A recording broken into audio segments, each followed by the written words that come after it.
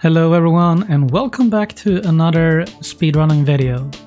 I recently did a video here on YouTube called 5 beginner-friendly NES speedruns for people that are out there and are looking to get into speedrunning and might have a problem finding out which game you want to start speedrunning, so I gave you some recommendations. And I thought for this video it would make a lot of sense to make another video but with some more harder games, which is, 10 intermediate NES speedruns for today's video. So these games are necessarily not gonna be like too difficult execution-wise for like harder tricks and stuff like that. It's definitely not easy. Like it will take time to master it, but that goes for like every speedrun that you do. But yeah, I think these games will give you a little bit of a challenge at least, and I hope you like my recommendations here. So let's get on with the first game here. Game number 1, Batman the video game. Some of you might be now like, whoa, Rich, hey man, what do you do, man? Like, this game is too hard, but hold your horses. This game, well, it's not that bad, honestly. I think it's only like that. This goes for every speedrun, but it's when you take it to like the maximum level, when you like try to achieve world records, then it just gets insanely difficult. But that goes for every speedrun. But for someone that just want to pick up the game and get like a respectable time in it, I don't think it's that bad. The game, well, the speedrun, involves that you need to learn a lot of visual cues for where to jump and utilizing iframes on enemies, because in this game you will do a lot of punching or using your sub-weapons on enemies to hurt them, and then they become like vulnerable and you can run through them without them hurting you, so you can just go non-stop, go through a lot of stuff by utilizing your weapons and punches very effectively. And that's the hard part about mastering this speedrun, is going non-stop while swapping in between a lot of weapons and throwing them at the correct spots and all that. But it's not that bad, honestly. Like I feel like this is it's definitely a good challenge, but it's not among the harder speedruns out there, I would say.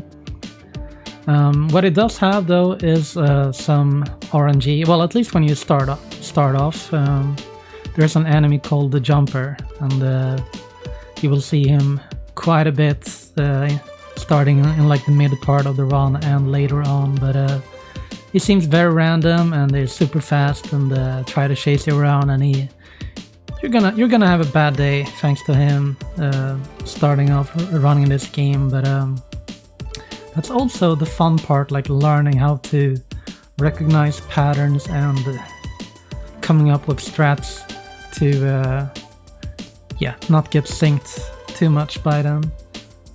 And there is I did say that earlier in the video that these games will not have like specific tricks and stuff that you need to learn to do your run, but this game has a neat little trick. In the last possible frame of the run, there's actually a glitch that we call the Joker glitch, and if you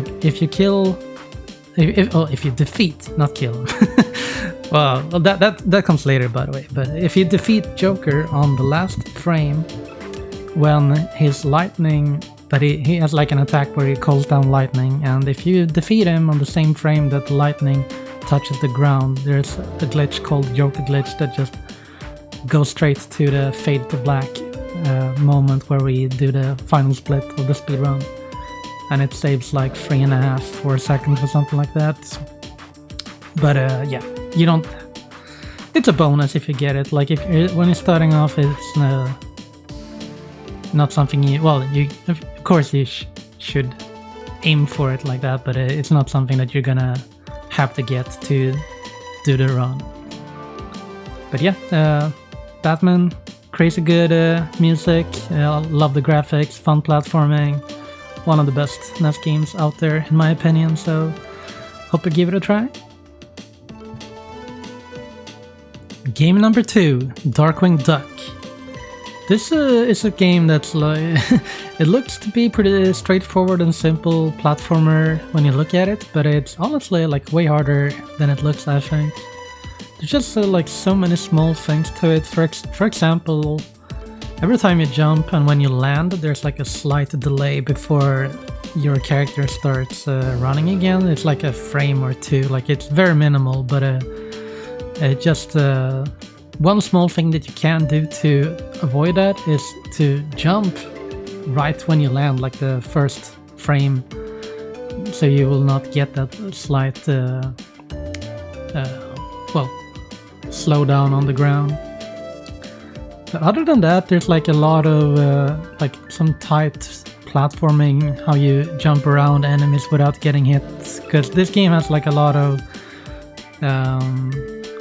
that you can tippy-toe, so to say, like on the last pixel of like a platform or like a corner of a box or whatever. So many times there's like an enemy standing on top of a box and you need to jump around the enemy without getting hit, but land on the last pixel or so on the box. And there's a lot of stuff like that going on in this speedrun, and it also has a like a sub-weapon that you can get, and usually you want to have the arrow. I don't know what the actual name is, but it's an arrow which you can shoot out, and first of all, it deals like a lot of damage to enemies and bosses, but it can also create some platforming, like extra platforms. If you shoot it on a wall, it will stick, and then you can land on the arrow and then move on. So there's like a lot of creative platforming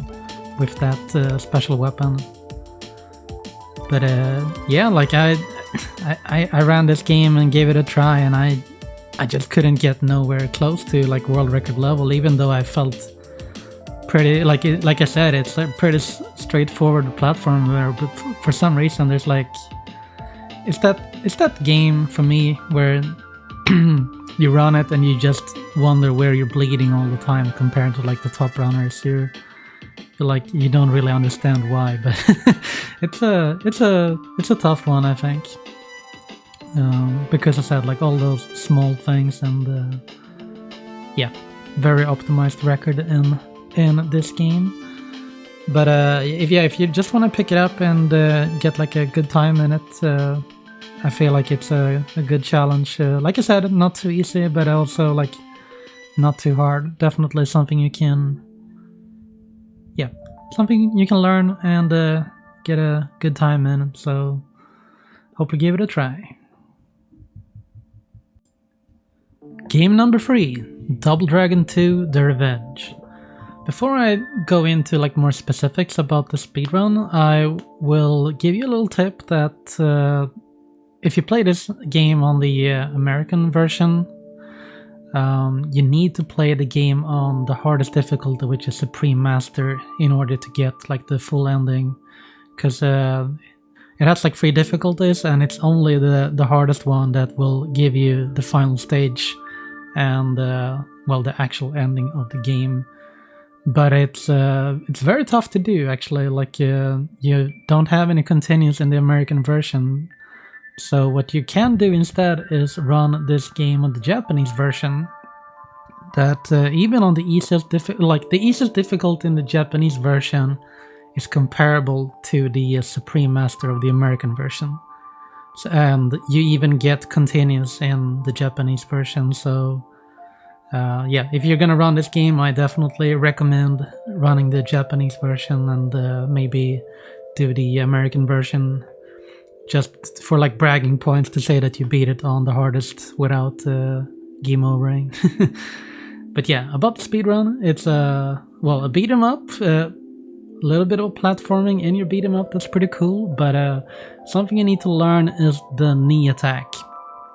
And in order to do the knee, you have 4 frames, and you when you jump, you see that you go into like a kneeling animation, and then you have 4 frames to input A and B at the same time, like when you're about to come out of the kneeling animation. And if you do that properly, you do the knee attack, which is the strongest hitting attack in the game by far. So you have to master those 4 frames to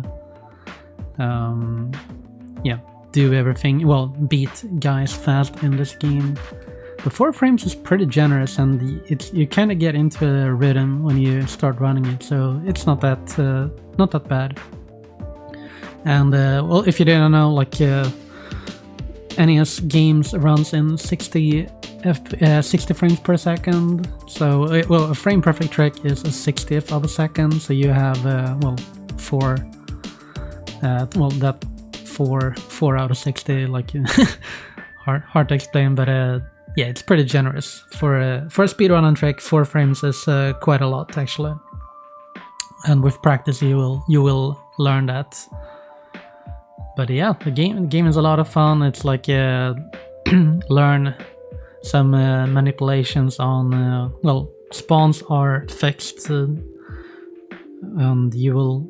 Yeah, like the beauty of the speedrun is like learning where to go, but you go around the stage with your knee attack, like, so you're doing like 2 things at the same time. You're dealing with enemies, but you're also like moving across the screen. So I think that's a lot of fun, actually, and yeah, it's it's a challenge because it gets difficult in the later stages. There are also like some other tricks you can do, like a cyclone kick cyclone kick, when you jump up in the air and press A and B at the same time on the correct spot, and you do like if you know Street Fighter, the Tatsumaki, the spinning kick. And you also have an uppercut that's really useful. Same thing when you're like when you're in a kneeling animation, but you only press the A button, or is it B? A or B, I think it doesn't matter. And you'll come out of the kneeling animation with a uppercut instead, which is also really powerful, but the knee is the strongest. But yeah, I really enjoy this game. It's a lot of fun. It's very satisfying to just knee everything. So yeah, definitely give this one a try. Game number 4, Gremlins 2 The New Batch. This is a super fun speedrun in my opinion, and it's really short and fast-paced, so it's just a really fun time to plow through it, but it does have a lot of RNG in it, because pretty much every single enemy in the game is random how they move.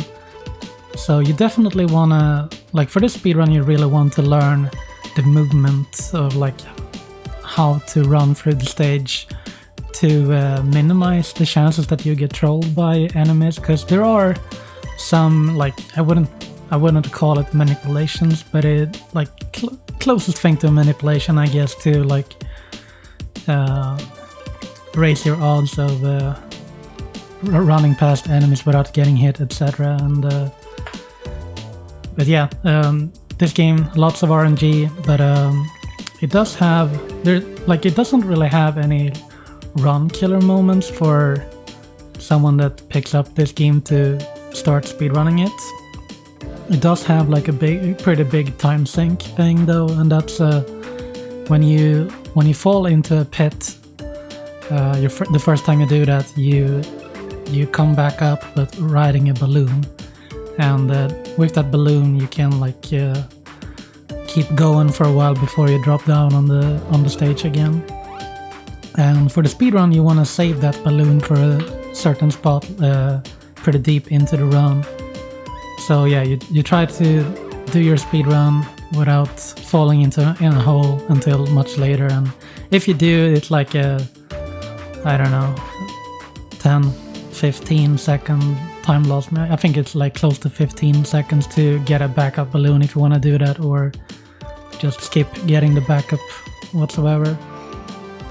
But yeah, it's a really fun one of my favorite NES games actually, and super fun to speedrun. And I love the graphics, and the music is so good, like it's top notch. One of the best soundtracks on the NES in my opinion.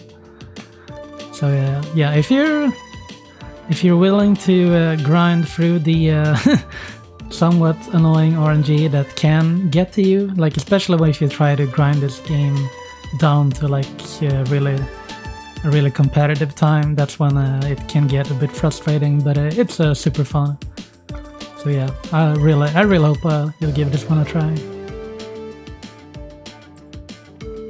Game number 5 is Ninja Gaiden.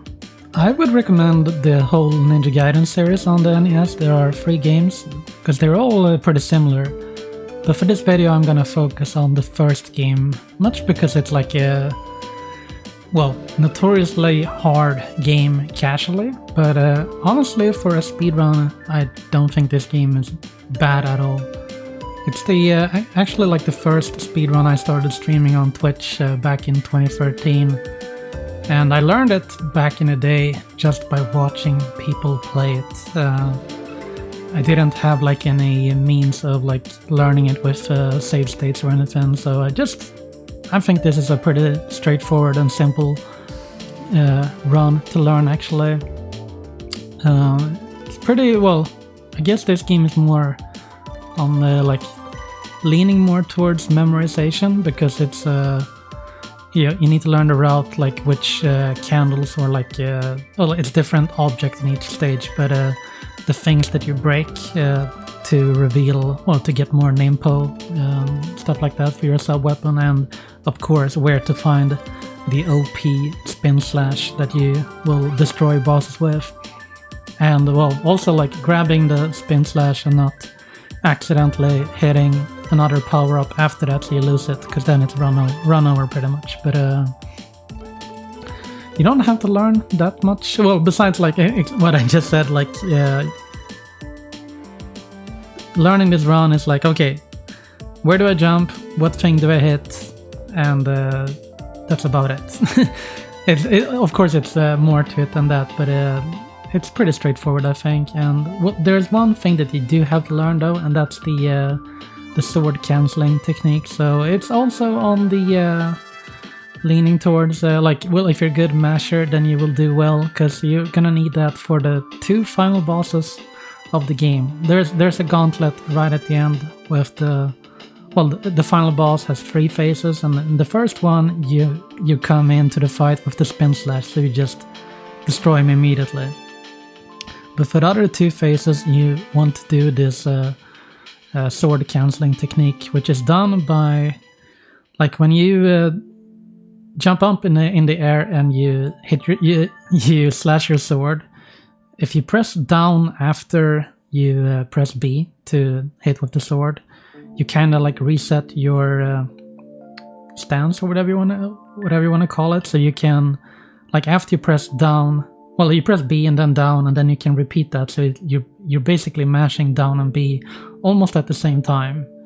And what I suggest is that you just start the game and stand on the beginning of the first screen and just try the mash to see if you can do it well. Because yeah, like, I think you should. That's a good place to start if you're thinking about picking up this run.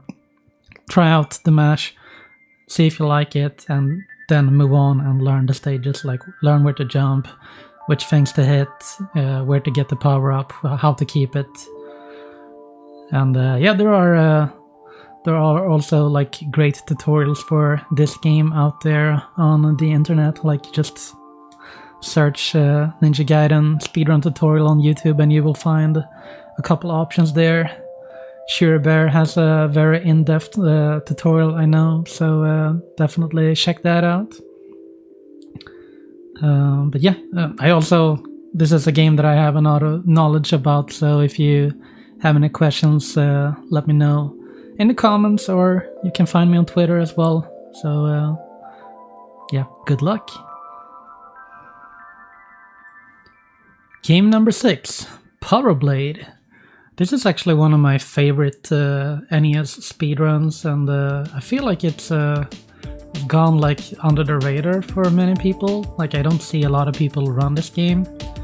It was in a speedrunning event called Big 20 where a lot of people learned it for that race where they had to learn a couple of games for, well, 20 games for the race. But other than that, I haven't seen a lot of people run this. So yeah, I hope this is gonna put this game on the radar for you. I do have a tutorial of this game here on my YouTube, so I will leave you a link in the description where you can find that if you want to learn the game. I got some really nice feedback, like a couple people who learned the game with that tutorial who said it was really helpful, so I hope I hope that's the case for you as well if you're interested in learning this. But yeah, this game as a speedrun is pretty interesting. I think it's well, a platformer, but this one introduces it's a little bit more unforgiving, I would say. Like mistakes are very costly in this, but it's a really fun, and it's not that like insanely difficult things to do in the speedrun, I think. But yeah, what this speedrun introduces is kind of, well, I call it the kill count, because when you defeat enemies in this game, they drop items, and it's like a fixed drop table. So after a certain amount of kills, you will get the same power up every time. So for the speedrun, I optimized the kill order, so to say, for which enemies to defeat without losing time and getting your power-ups in the most convenient spots.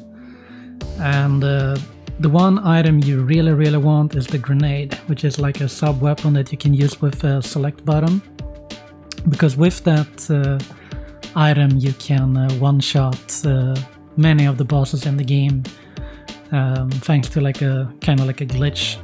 When you enter the boss door, and in the during the transition, you can just press select as many times as you want until you see your grenades in the top left that one of them went off, and then you should stop pressing select again, and then you just come into the boss fight and watch him get blown up immediately. Because what happens there is that the grenade, well, before the fight starts, the boss starts at like, you can see the boss's HP, and it's supposed to go from like 1 up to max. Like you see the meter fill up and then the fight starts. But what happens is the grenade deals 1 damage to the boss, so, and it happens when the boss is at 1 HP before it fills up. So basically you just put him down to 0 and it kills the boss for free. But other than that, the speedrun has some pixel perfect stuff, but they are at least they're not that bad and like runs over if you don't get them like immediately. Like you have like unlimited tries to do them, and it's a thing, well, a trick called wall clipping that you will do in quite a few spots in the run actually. Because there are like platforms that are too high up to jump up to. So by clipping into the platform from underneath, you kind of get like a little boost up around the corners. You can reach those heights, and they will act like shortcuts for you. And there's a really big one in stage 5 that saves like a minute and a half if you get it somewhat fast, compared to going around the whole stage to reach the boss door. So yeah, this is another baby of mine where I have lots of knowledge. Like I worked on the drop order, like kill order for many years, and just optimizing things. And yeah, another game that you can ask me questions about for sure if you have any, and I'll do my best to help you. So I really hope you'll give this one a try. We need to see more Power Blade runs out there. And good luck with it. Game number 7, Star Tropics. This game is like a Legend of Zelda, like the first game, but with platforming. So it's an amazing game. I think it's a pretty long speedrun, but that's why I have it as a challenging run, because there's like a lot of things to remember. Because in this game you really like want to learn like pretty much, well, every room in the game, like what you need to know which room is coming up, because the enemies will move in certain patterns, and you wanna take them out really fast in order to move on to the next room. In some cases, sometimes you can just go through, but yeah, I feel like the challenge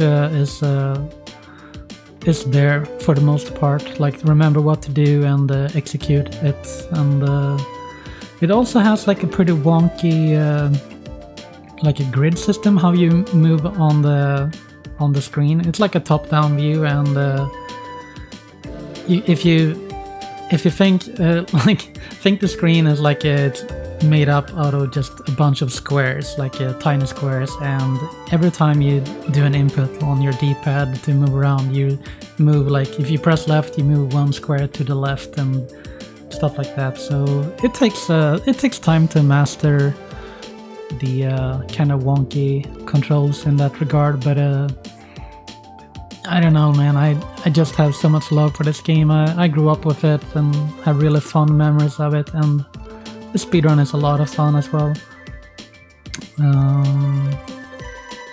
Yeah, there's not like any tricks to it that I can think of at the top of my head now. It's just, like I said, just remember what's coming up, execute on it, and try not to get hit too much, because you will get a weapon later in the game where you, like, if you're below a certain health, then your strong weapon will just be like a weaker version of it. So yeah, that's the hard part, to go fast and don't get hit. you can get hit, but yeah, later on in the run you really want to try to avoid it. Yeah, I don't have any tutorials or anything for this game, so I just recommend watching the record. Bug Doctor is a great runner of this game. I can't recommend him enough, so maybe check out his run and try to add as much as you can into your learning process. And yeah, this is same thing for like I said with Power Blade. We need more runs of this game, because I feel like I at least haven't seen much of this on Twitch or like out there at all. So I hope more people will pick it up. Game number 8, Teenage Mutant Ninja Turtles 2, the arcade game. This is a masterpiece, I think. Music-wise, you're gonna have so much fun running this game thanks to the music alone. It's so freaking good. But yeah, this game shares similarities like Double Dragon 2 that I talked about earlier, because the American version of this game is harder than the Japanese version. So I definitely recommend the Japanese version if you're gonna start running this game. Because, well, in the American version you don't have any continues in this game, so when you die, and you will, I can assure you that in the end of the game it's really, really rough, and it's like a lot of tank and spank strats on some bosses, so you will probably take a few deaths, and it gets really close towards the end to just, like, I did runs of both versions of this game, and when I ran the American version, I just barely got through on my last life usually. But in the Japanese version, you have continues, and you get like lives easier, and you also you have a jump kick attack in this game, and it deals double the damage in the Japanese version compared to the American one. So I think if the damage value is just 1 in the American version, then it's 2 in the Japanese. So some foot soldiers have like 2 HP, and then you can just kill them with one jump kick instead of having to approach them with a jump kick and then finish them off with like another attack. But yeah, super fun game.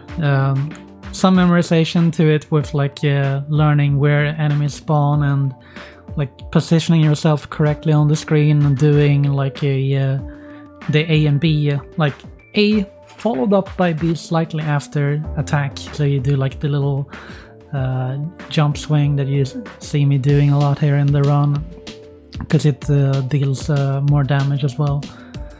And it's a very efficient way to take out multiple enemies at the same time, a lot of times. But yeah, the hard part about this game, like even if you run it on the Japanese version, is some of the boss fights early on, especially. Like you have like pixel perfect setups to pretty much position yourself far enough away from the boss so he doesn't want to hit you, or like you, but you can hit him with the jump attack. So that can be a little bit tricky. I don't know now at the top of my head if there are like any resources where to go to learn these things, but I'm sure there might be something on the speedrun.com leaderboard, like guides and resources there. Otherwise, just look up what people do in the runs and try to mimic it. That's how I did it. Like, you just, if you have a flashcard or like save states, you can figure it out for sure. But yeah, I can't recommend this game enough. It's so freaking good. Fairly long. Well, not super long, but definitely like NES runs are usually pretty short, but this one is a little bit on the longer side, towards half-hour mark, roughly, depending on how good you get, of course. And yeah, I don't think I missed anything on this. Like, there is no real like I said, the hardest part is the boss positioning there for the like getting the pixels to deal with them efficiently. But other than that, just a lot of jump kicking and jump swinging. So I hope you'll have fun with this game.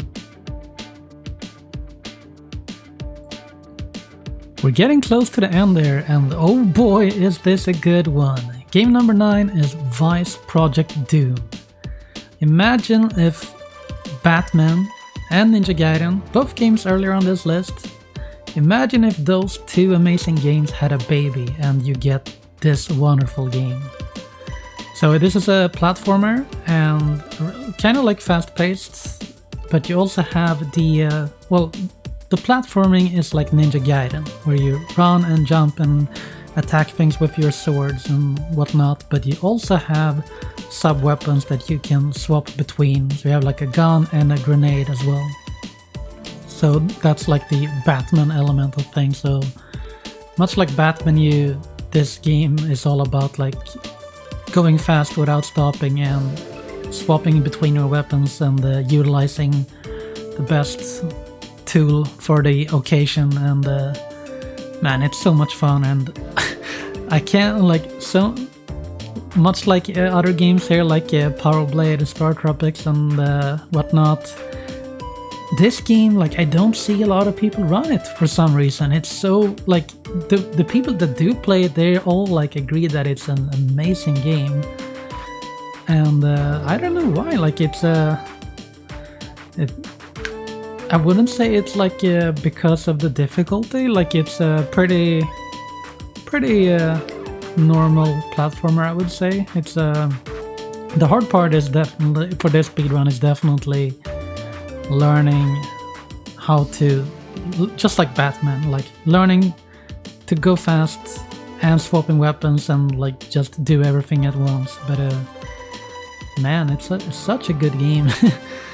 And yeah, there's like no tricks to it. Like, well, it does have some sips in it, in the like if you want to go for world record, then you can do it because it saves like, I don't know, like not much time at all throughout the run, and I honestly don't know how to do them. It just looks like when I watch the world record for this and I see the zip happen, it's like magic. You're staying like you're underneath a platform and then jump up into it when for some reason the character just zips up to the top of that platform. But yeah, you don't need to do them to do the speedrun. So since I don't know the details about it, I'm not gonna talk about it more than that. But if you want to learn it, yeah, definitely check out the world record runs and maybe ask the record holder or something if they can give you a tip on that, because I'm not the right person for that, sadly.